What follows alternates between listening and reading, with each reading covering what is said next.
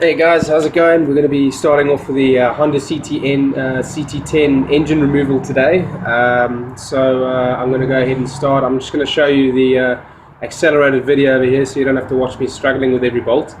But I'll try and show you where I take everything off. For this job, the only tools you're going to need is going to be a socket set. So I bought myself this today on eBay. Took 2 days shipping, 20 bucks, lifetime warranty, fits everything on the bike. So if you haven't got any tools, like I didn't have any tools, you can go ahead and get those. I'll try and put the link in below here so you guys can buy the one that I got if you want the same one. Alright, well I'm going to go ahead and get started. I did watch another video on the removal of this engine today, but they don't show you how to get the chain off of the main cog. So I hope I'm going to get around to doing that today. We'll see if I can get this engine off.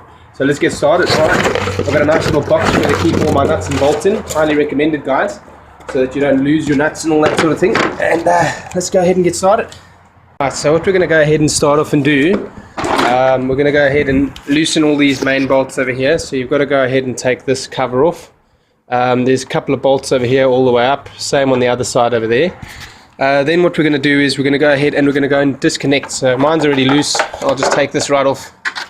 And we're going to go ahead and disconnect the entire loom, because the whole loom, as you can see over here, it runs into the CDI, runs into your clutch box over here. So it's all attached to the motor. So you've actually got to detach all of these bits over here, as well as the CDI. Make sure that you do that, or otherwise you're going to be ripping some wires out.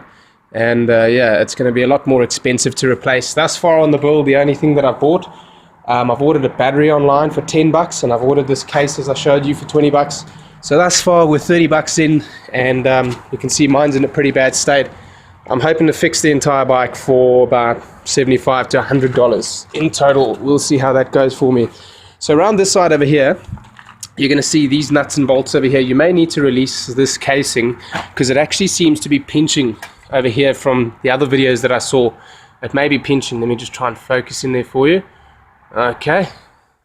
Not doing very well.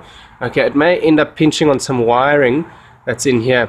You got to remove the kickstand. You got to remove this main nuts and bolts over here, which you're going to need a hammer for. And of course, when you remove this seems to be the only bolt that the engine is actually in with. So make sure you got something under your engine to catch it.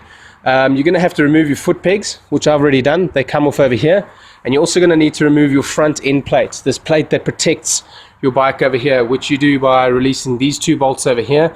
And then on this side over here, there's another nut. Just be careful, because there's two bolts on the bottom of the engine. One's on the left hand side over here, sorry, the right hand side of the motorcycle.